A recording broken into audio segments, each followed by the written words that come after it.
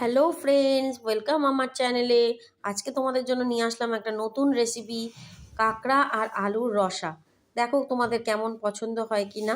এর জন্য যেটা আমাদের লাগছে সেটা হচ্ছে কাঁকড়া। সেটা 200 গ্রাম কাঁকড়া নিয়েছি, সেটাকে পরিষ্কার করে ধুয়ে নিয়েছি এবং সেটাকে সেদ্ধ করে রেখে দিয়েছি। তার সঙ্গে নিয়েছি আলুটাকে সেদ্ধ করে নিয়েছি, ডুমো ডুমো করে কেটে রেখেছি এবং সেটাকে টুকরো টুকরো করে কেটে রাখার ফলে আমার ভাজতেও সুবিধা হচ্ছে। তার সঙ্গে নিয়ে নিয়েছি কিছু মশলা, সেইগুলো যেগুলো প্রয়োজনীয় মশলা, সেই মশলাগুলোকেই আমি জলের মধ্যে গুলে নিচ্ছি। সেখানে নিয়েছি জিরের গুঁড়ো, তার সঙ্গে নিয়েছি ধনের গুঁড়ো, সব কিছুই প্রয়োজন মতো নেবে যতটা লাগবে। তার সঙ্গে নিচ্ছি হলুদের গুঁড়ো যতটা লাগবে ঠিক ততটাই নেবে। তার সঙ্গে নিয়েছি চিলি গুঁড়ো, আর তার সঙ্গে রং ভালো আসার জন্য নিয়েছি কাশ্মীরি মির্চের গুঁড়ো এবং সেগুলোকে ভালো করে গুলে নিয়েছি যাতে আমার মশলাটা খুব ভালোভাবে তৈরি হয়ে যায়।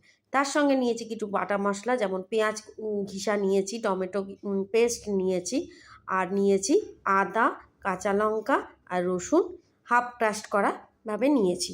এগুলোকে নিয়ে সব রেডি করে নিয়েছি। এবার নিয়েছি কড়াইয়ে নিয়েছি সাদা তেল যতটা প্রয়োজন ততটাই নেবে।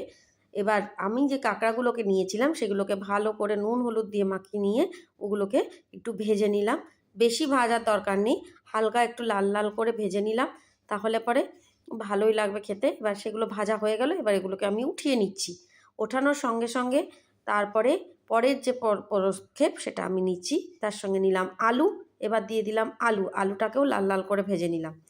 এবার বন্ধুরা বলো তো তোমরা কোথা থেকে আমার ভিডিওটা দেখছো, অবশ্যই সেটা কমেন্টে জানিও, আমি যে অপেক্ষায় থাকলাম। যাই হোক, আলুগুলো ভাজা ভাজা হয়ে গেল, এবার আলুগুলোকে তুলে নিলাম। আর একটু তেলের প্রয়োজন হলো তাই দিয়ে দিলাম। তার সঙ্গে দিয়ে দিলাম গোটা জিরেটাকে ফোড়ন দিয়ে নিলাম।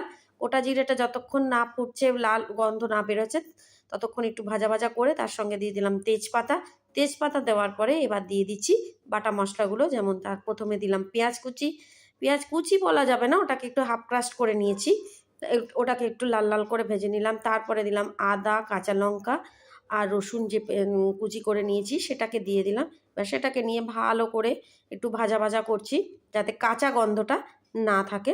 একটুখানি হালকা অবধি ভাজবে যতক্ষণ কাঁচা গন্ধটা থাকছে। তারপরে দিয়ে দিচ্ছি টমেটোটাকেও পেস্ট করে নিয়েছি, পেস্টটা দিয়ে দিচ্ছি। এবার সেটাকে নিয়ে ভালো করে এবার মশলাগুলোকে কষাতে হবে। একটুখানি ভাজা ভাজা হওয়া অবধি কষিয়ে এবার ওই যে মশলাটাকে গুলে রেখে দিয়েছিলাম জল গলে, সেটাকে এবার দিয়ে দিলাম। দিয়ে ভালো করে নাড়াচাড়া করে এবার ঢাকা দিয়ে কিছুক্ষণ রেখে দিলাম। তার আগে দিয়ে দিলাম নুনটা দিতে ভুলে গেছিলাম, তাই আবার নুন দিয়ে দিলাম। নুনটাকে দিয়ে তার সঙ্গে দিয়ে দিলাম একটু মিষ্টি দেওয়ার পরে এবার একটু নাড়াচাড়া করে এবার আমি ওটাকে ঢাকা দিয়ে রাখলাম। কিছুক্ষণ ঢাকা রাখার পরে এবার মশলাটাকে কষে নিলাম। কষে দেখো তেল বেরিয়ে গেছে চারিদিক দিয়ে, তার মানে আমার মশলাটা অলমোস্ট রেডি হয়ে গেছে। এবার আরেকটু তাও নাড়াচাড়া করে নিলাম, নিয়ে এবার জল দিয়ে দিলাম। জল দেওয়ার পরে ভালো করে একটু নাড়াচাড়া করে এবার কাঁকড়াগুলো যেগুলো ভেজে রেখে দিয়েছিলাম সেগুলোকে দিয়ে দিলাম। দিয়ে তার সঙ্গে দিয়ে দিলাম যেগুলো আলুগুলোকে ভেজে রেখে দিয়েছিলাম সেগুলোকেও দিয়ে দিলাম। দিয়ে এবার একটু নাড়াচাড়া করে নিলাম, ওলট পালট করে নিলাম একটু, যাতে রসগুলো সব কিছুর মধ্যে ঢুকে যায়। তারপরে এবার ঢাকা দিয়ে দিলাম। এবার তার মধ্যে দিয়ে দিলাম একটু গরম মশলা, আর গরম মশলা দিয়ে একটু নাড়াচাড়া করে আমার কাঁকড়ার ঝোল রেডি হয়ে গেল।